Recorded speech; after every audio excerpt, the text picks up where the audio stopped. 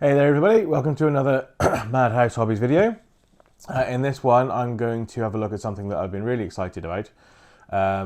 This is going to be a review of the very lovely Space Wolf box set.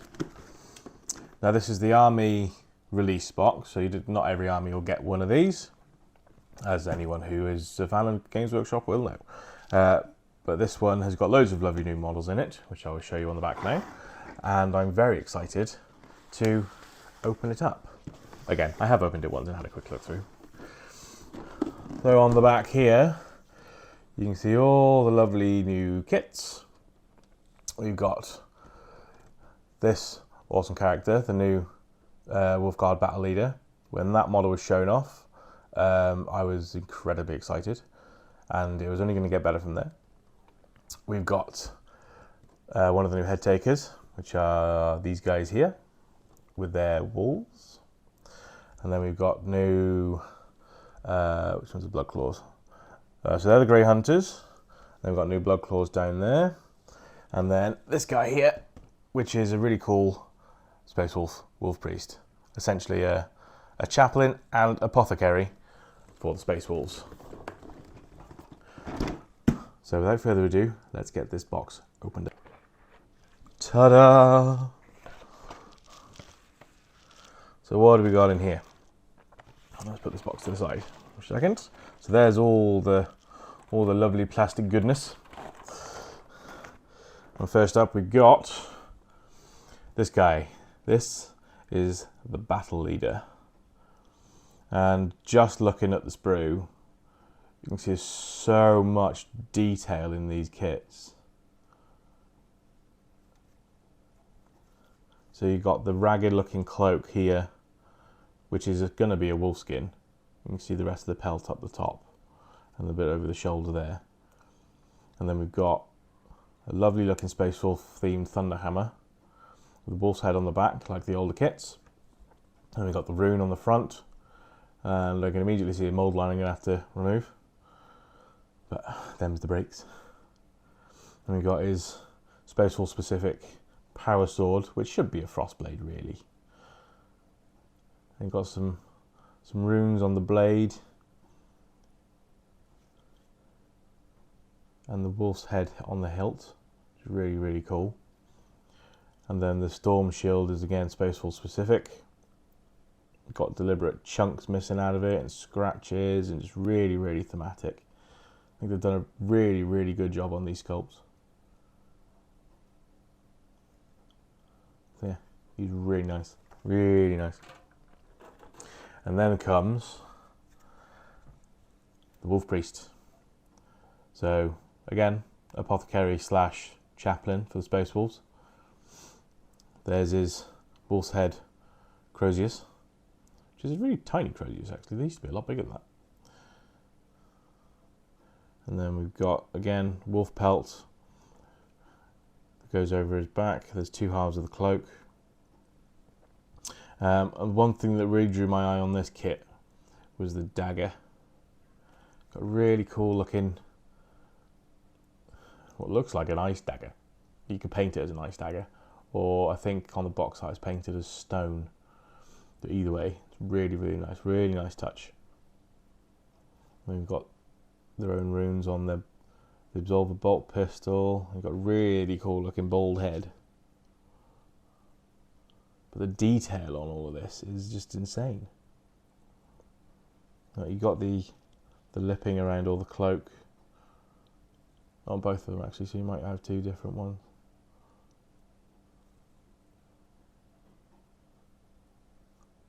And I like the fact there's no quiller on the chest. Takes it back to old school armour. Now this sprue is a little bit surprising for me, because I thought you'd have an extra sprue for the wolves, not standard 2 sprues for everything else, and you might have got more options. But this is the head takers. Again, they come with their Fenrisian wolves, which takes up most of the second sprue. And then you've got the 3 bodies on this one. So it looks like you get a choice of either blade and shield, which I think is going to be axe and shield, or axe and sword. Again, like no Aquila on, well, that one at least. He's just got supposed to be a wolf skull on his chest. The other two seem to have variations of the Aquila. Well, it's not the Emperor's Aquila, is it? It's the Imperium one. Some really cool bear heads. These shields look nice and clean, not quite like the battle leader's one, which has been battle worn. And this is one of the, I'm gonna say, Bloodclaw kits. Or one half of the Bloodclaw kit anyway.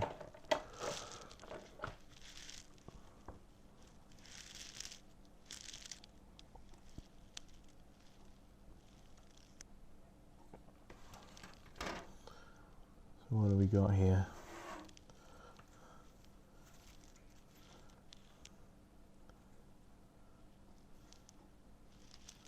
We've got all the chain swords and presumably bolt pistols all there. With a plasma pistol for the sergeant. There'll be another bolt pistol here around somewhere so that you can build a full squad. There it is.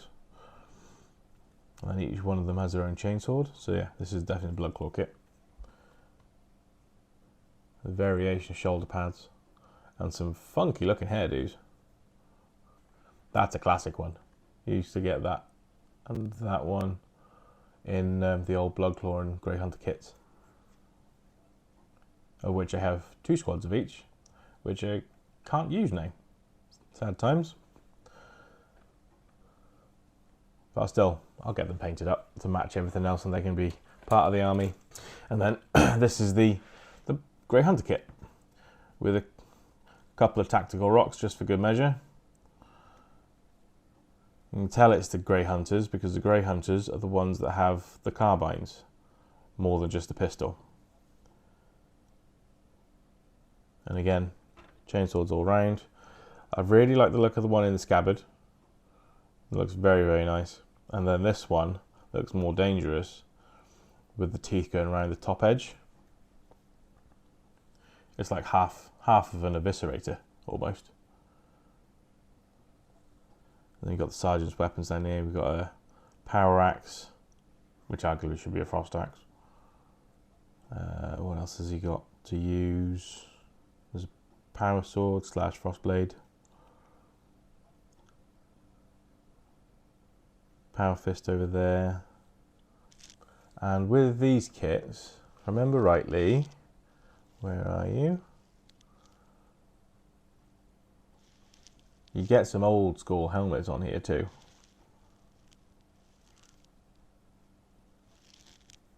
Was it this one or was it the Bloodclaws? Oh no, there it is. Old school helmet. I forget which, this is Mark 10, possibly. That's going to be like Mark 8 armor or something like that. One day I'll brush up on my armor marks. Be more relevant to the Horus Heresy, but it'd be quite cool to know. Again, no Aquila for that guy. He gets special wolf symbol on his chest, and that one does. But yeah, there's the sprues. Lots for me to be going at with that one. And then in the box we get these lovely folders that they've been doing in the more recent special boxes, like special army release boxes, where we get the very lovely looking special edition codex with the accompanying, let's get out the box, player cards. So this will have everything you need to know until they change the rules. This guy, that is one model I am dying to get my hands on. And Yal, in fairness. But Logan Grimnar, they've done such a fantastic job of resculpting him.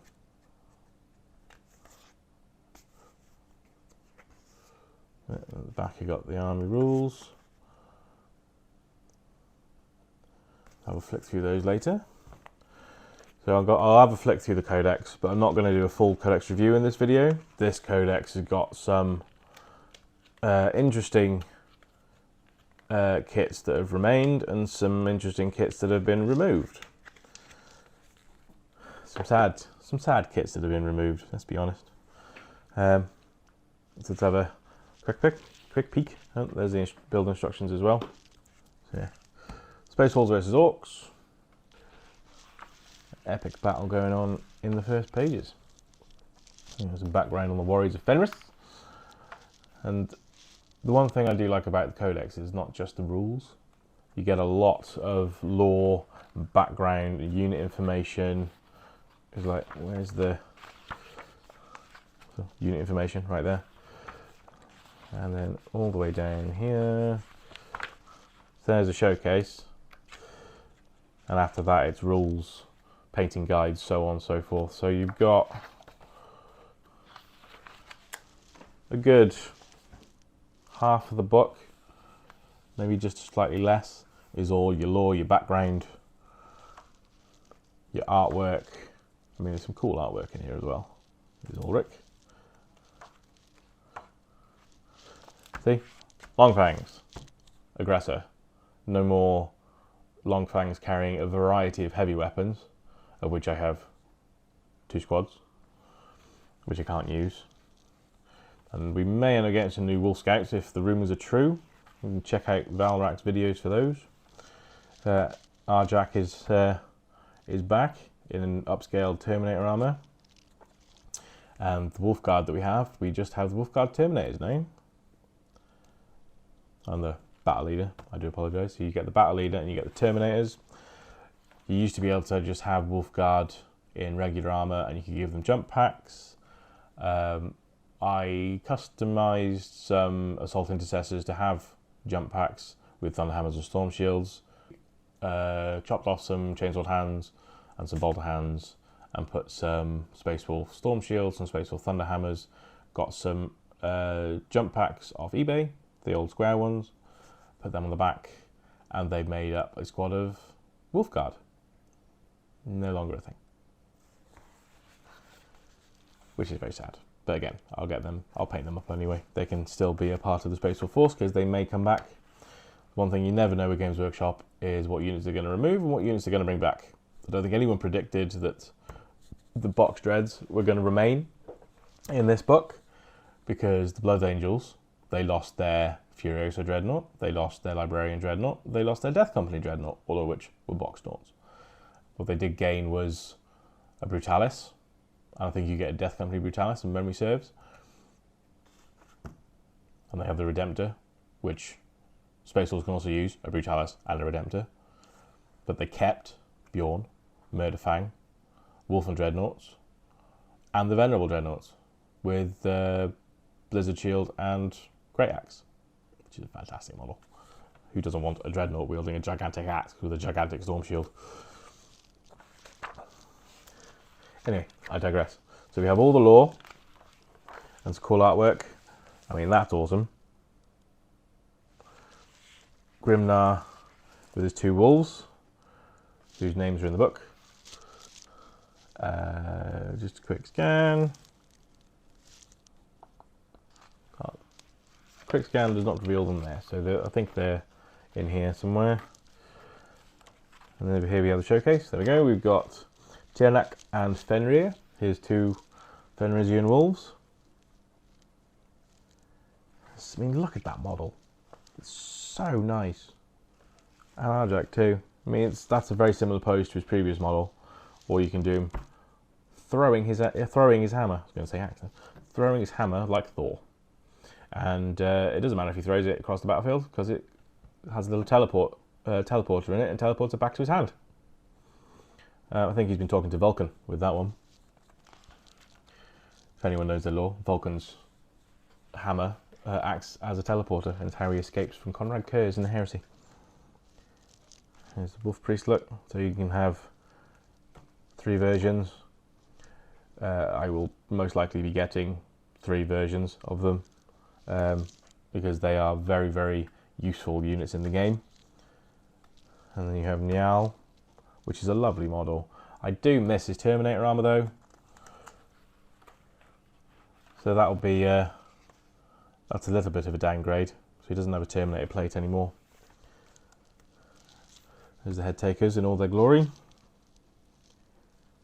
Minus the wolves that come with them. And the new Terminators, which I love the fact they got new upscale Terminators. It's a little bit galling because I've got 15 of the older Space Wolf Terminators built. Not painted. I've got a lot of unpainted. That's a whole other video in itself that'll be coming before too long. Another sort of small army showcase there against the Gene Stealer cult.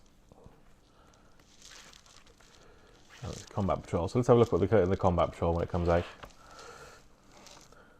So it's not a bad one actually. So you've got 5 Wolfen, which are good in the game. They're not as good as they used to be by a long stretch, but they are good in the game. You got some of the new Space Wolf Terminators. You got a unit of Blood Claws, and then you got your Wolfguard Battle Leader. So all in all, it's not a bad Combat Patrol box. To be fair, what would you be looking at for buying those new? So as a comparison, like these boxes are always pretty good value for money. I did a quick scan on the website, on GW's website, and if you were buying all the kits from this new, now this is, they don't have the prices for these specific ones out yet, but they do have obviously the equivalent. So you have your Intercessors and all those kind of units which come in packs of 10, like the Blood Claws and Grey Hunters. That would be about 40 quid a unit. So there's 80 quid just for those 2 units. The Battle Leader would be somewhere in the region of about 26, 27 quid based on the other characters. The same with the Wolf Priest. So what's that? Call that 50 quid, or 52 to 54 quid. So that's 130 plus. And then you've got the Head Takers, which again, if you base them on the Blade Guard kit, it would be about 37 quid, but they've got the wolves with them as well. So I'm probably thinking they're going to be more like 42, maybe. So that's past the value of the box already. And then you've got the Codex, which is 35, I think. Maybe, no, I think they've gone up a little bit, and they're more like 37, 37.50-ish, maybe. And that's not the special edition one, like this is. And the cards as well, which I think go about 12 quid, memory serves. So you're over 200 quid for the models in this box if you're buying them individually. And if you manage to get these boxes from local game stores, they're often around about 20% cheaper than Games Workshop. So like Element Games, Goblin Gaming, Whaling Games, places like that, they'll often have a discount on them, at least to begin with. So you're just making an even better saving getting the boxes then. That's why I like to try and pick up the special edition army release boxes like this one when they come out, especially if it's an army that I'm looking to expand on. So I've got a lot of Space Wolf models anyway, but these are the updated battle line units. So like I don't know if you get away with using the old Grey Hunters and Blood Claws now, because the loadout on the units is quite different. And the Head Takers are brand new. They don't have those models. You could argue that you could just use Blade Guard instead, because it's just power weapons and a shield. But let's be honest, you want the ones that look like Space Wolves. Space Wolf shields, proper axes and swords with all the runes on them, and you got all the pelts all over the models. It does leave room for some epic conversions of your Blade Guard, don't get me wrong. But if you're new to the game, or you're a seasoned player or hobbyist, but you're not confident with your sculpting ability, because I am not confident with my sculpting ability at all. It's something I want to improve on, but I'd be looking to get the actual Space Wolf kits, because they've been designed by professionals. So you go for the professional job. Now this is a nice addition to the new codexes, I will say. Having the quick paint guides just to get them battle ready.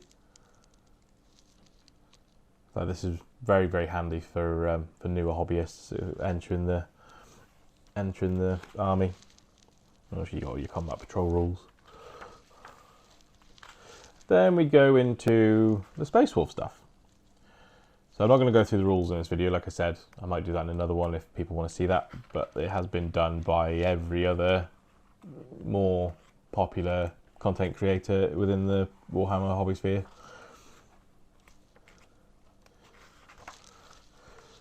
So how many detachments they come with? That's 1, 2, 3. They get 3 of their own detachments, but they do have access to the Space Marine ones as well from the Space Marine codex. I think the go-to one with that one, was it the Vanguard? I can't remember. I haven't used Space Marines in this edition yet. And then we've got the lovely models and their rules. So the biggest, one of the first things you can take away is all the Space Wolf units are faster than their regular Space Marine counterparts. So Logan Grimnar Terminator armor still moves 6 inches. Normal Terminators in the Space Marine book would move 5. Ulrich, Njal, their regular infantry, they move 7. So they can get up the board just that little bit quicker. Even the Dreadnoughts are a bit quicker. Bjorn's moving 9. He's tough 9 as well. So I think that is slightly better. 2 up save, which is nice. 5 up invuln, which is nice. Considering he hasn't actually got a shield. He's retained his 5 up feel no pain, which is nice. And he's still gaining CP with him on the board. Nice. Okay, so there's quite a few units in the game where if the attack that's targeting you has a higher strength than your toughness, then it's -1 for that person to wound you. So that's what Bjorn's got here, so that'll make him a little bit more survivable as well. We've got Ragnar, who can go with Bloodclaws and the Headhunters. Oh, I like he can go with Headhunters. Typically, he's always been leading the Bloodclaws. He seems to be just like a Bloodclaw Wolflord, really. But that's very, very nice. 8 attacks with Frostfang. I would like to see that at deadly, devastating wounds or something. But sustained hits is nice. And he still gets his 10 attacks on the charge, looking at it. Yep. Very nice. And then we've got Arjak with Bowhammer. For any Lord of the Rings fans, that is what Glamdring means for Gandalf's sword. But in this case, it's a hammer, and you can throw it like Thor. Bit of cross-pollination between IPs there, I think. The new Wolf Priests, healing balms. They can finally heal models and bring one back. Yeah, you can bring a model back to the unit that's been destroyed. Apart from character models. Sad times. I like that the Iron Priest has stayed. Basically, Space Wolf Tech Marine. It's interesting that he stayed, considering that he hasn't been upscaled to Primaris size. But he is a Space Wolf specific kit. He's in plastic, which is what I thought the mainstay for the kits that were staying would be. However, you'll notice, we get to Wolfguard Battle Leader. Where's Crom? What happened to Crom? He's not dead, as far as I'm aware. Why isn't he in the book? They kept Ulrich. He's not Primaris size. They kept the Iron Priest. Like I say, he's not Primaris size. Where's Crom? You notice they got rid of Canis, so no more Canis Wolfborn either. So he's essentially a battle leader, I think, like a lieutenant rank character who was on Thunderwolf. A very derpy looking Thunderwolf, to be fair, with the fine cast kit, but he was just that fine cast. And they've got rid of all they're just culling every single fine cast unit with all these new releases. So there's no more Harold Deathwolf either, which for me is really sad. He was like my favourite Space Wolf character, and he's no longer in the book. I used to love, well, I do still love, the Thunderwolf kits. They're a little bit like weird scale. because the Marines on the Thunderwolf kits seem a little bit smaller, even though they're in the same power armor as everyone else. But the Wolves are really cool. I've got a squad of 6. I think I have got more than 6, but some of them in the middle of being converted because they only ever came with 1 of each weapon. Why? But I've got a squad of 6 built with 2 of each weapon variant. So you can have Thunderhammer, Frost Axe, or in this case Power Axe, and Power Fist. So I've got 2 of each of those. But I painted them in the style of the Game of Thrones direwolves. Which was really cool. When I started collecting this army, Game of Thrones was a big thing on the telly, and I really liked the wolves from that because I'm a big wolf fan. I like wolves. I like dogs. Yeah, so they are thankfully in this book. So the Thunderwolves have remained, but again, no Canis to lead them, no Harold to lead them. You don't even get Wolfguard Battle Leader or Wolf Lord on Thunderwolves anymore because those titles are no longer in the book. Like Wolf Lord doesn't exist in here. It's a Space Marine captain, so you can have a captain from the rest of the range, but there's no specific Wolf Lord data sheet in here anymore, which is taking a little bit more of the flavour away. I have yet to go through all of the book to see what kind of flavour is in here. It seems like they're getting some back with the addition of like these Fenrisian wolves that come with the head takers.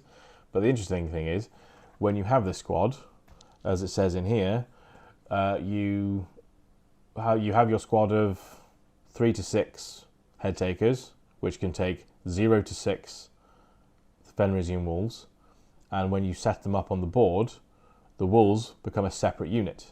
So they're not part of the unit, but you pay for them as part of the unit. For reasons. What that means is you can have, I did work it out, it was a total of 48 Fenrisian wolves on the board, which is kind of hilarious. I don't know if anyone's ever actually going to do it because the Fenrisian wolves are quite expensive for what they do. Like the kit itself was quite expensive for what they do. I think they come in boxes of 5, so you'd have to buy a lot of them. I'm all for getting 3 units of 6 head takers. That's 6 boxes at around about 40 quid a pop, so you're looking at 240 quid plus of spending just to get that. I know people out there are going to be going 3D printer Gerber, but I don't like ripping off models. There's your Thunderwolves. Let's see, they can have, oh no, it is literally just Wolfguard weapon. Where's the granularity, Games Workshop? Yes, the Thunderwolves still get the teeth and claws. Like your Terminators, they get Matagata Power Weapon, Power Fist, Relic Great Axe, Twin Lightning Claws. Thunderwolf Cavalry, Wolfguard Weapon, which is another way of saying Heirloom Weapon, which is what they changed into when they brought out 10th edition, which is, quite frankly, horse poop.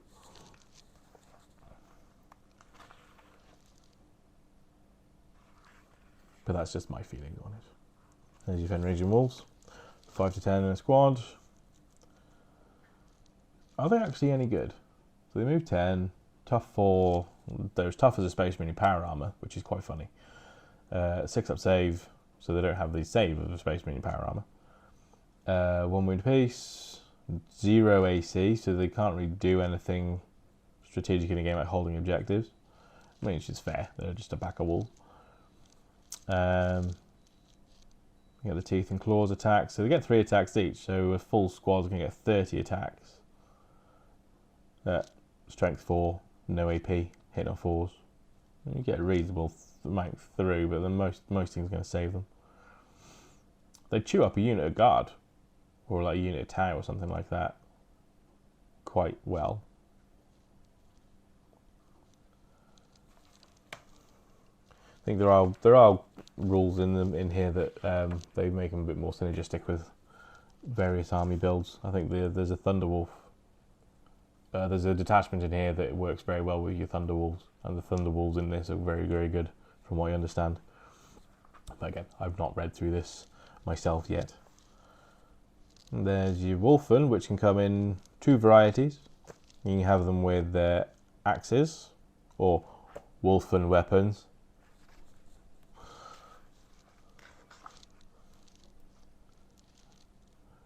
Which is sad that they only get 3 attacks. They get 2 attacks with a thunder hammer. They used to get like 5, something like that. I mean, I know that's a lot of dice to roll, especially when you've got a full unit of 10.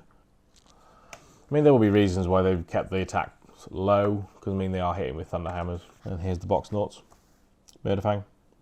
The Wolf and Dread, which is basically Murderfang, just without the name. Venerable Dreadnought. I love that model. I really enjoyed painting this up years ago when I did it, and I was the worst painter. Am I going to get another one and go back to it?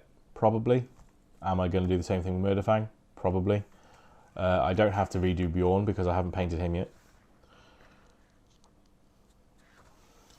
And that's the end of the data sheets. Is there anything there that you feel like feels missing out?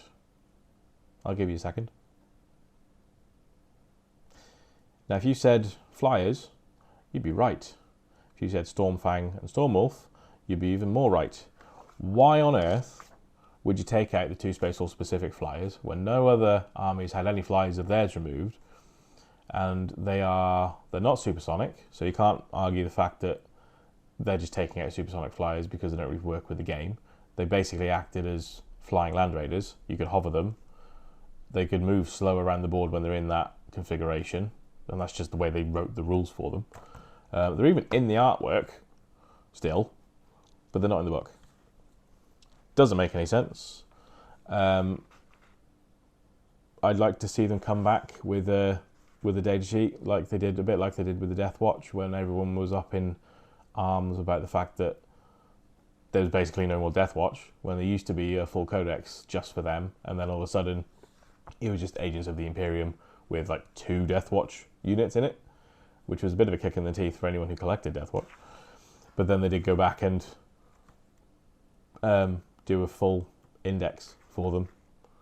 They don't get a codex, but they got their index, which meant that you could actually still use them. This looks to be the Crusade stuff.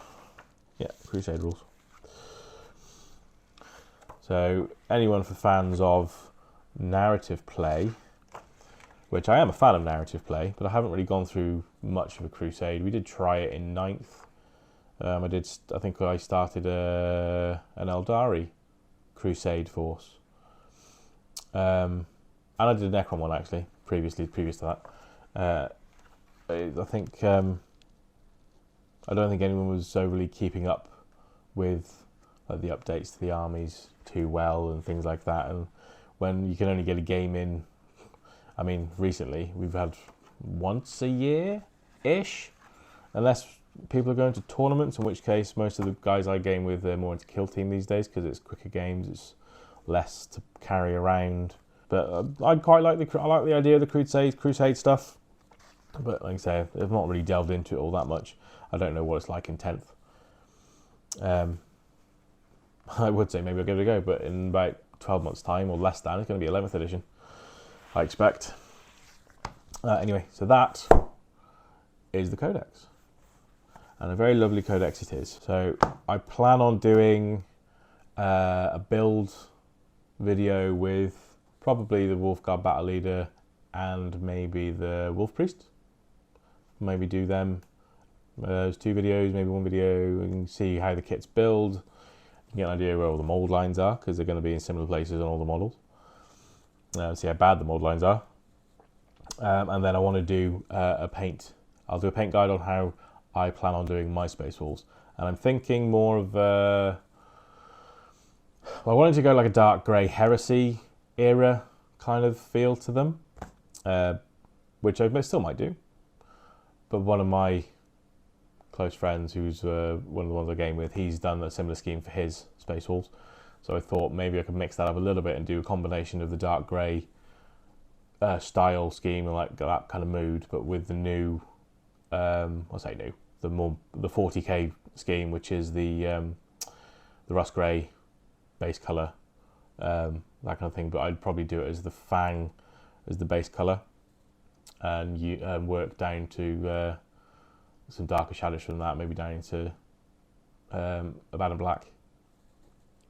Well, glaze down a little bit with Abaddon Black just to give it the shadows, and then like the highlights and everything will be rust grey and then Fenrisian grey. I'll need to have a play. It's always good to do a test model. If you get like the free like miniature of the month from Games Workshop, they can work as really good test models for colour schemes. My old firstborn models can act as good test models, so I can do a couple of different variations of the scheme on some individual models, and then I can transfer that to the ones I want to add to my army. I do have Space Wolf units built and painted that I've used in previous armies, so I've got a load of intercessors built and painted as Space Wolves. What else was with that force? I think that was one I had my Wolfen with. I've got my Thunderwolves with that one, again with the Wolf Lord and Thunderwolf I can no longer use, Harold I can no longer use. I was converting up, or I have converted up, so the model's there ready to be primed. An Iron Priest on Thunderwolf, because that used to be a kit, or that used to be a data sheet that you could use. My plan was to do an Iron Wolf detachment. So that's one of the Wolf Lords in the Space Wolf lore. Is known as Iron Wolf. I forget his first name. And his company was basically geared around tanks and things like that. Kind of, if you're thinking about like Iron Warriors or Iron Hands, something like that, more of a mech-based Space Wolf company, which I was going to do my version of, because I've got two Predators, one of each, a Vindicator, the Land Raider. I've got a Repulsor Executioner. I think they're all the tanks that I've got for my Marines, but they're all sprayed in the Fang base coat, ready for painting up as Space Wolf tanks. I don't really see the point in doing that now, especially when Thunderwolves, Wolfen, they're more of a close combat army than they are a ranged army. You could make them into a ranged army, but the rules in the book don't really support that. They're more for getting up close and smashing your enemy in the face with an axe, much like a Viking would, because they're based off Viking aesthetics. Yeah, there's my thoughts on that. There's my thoughts on the book. There's the rundown of the sprues that are in the box. The rough value of what everything in the box is, or is likely to be. It'll be interesting to see when they come out how close I was. I think on the calculator I've got on here, I was about £216 for the content of the box, bearing in mind, taking into account that it wasn't a special edition codex, it was a standard codex, and the cards and so on. So I'll check that when it comes out and see how close I was. And apart from that, thank you for watching. Like and subscribe and all the other YouTube-y bits that people like to say at the end of their videos. And I'll catch you in the next one.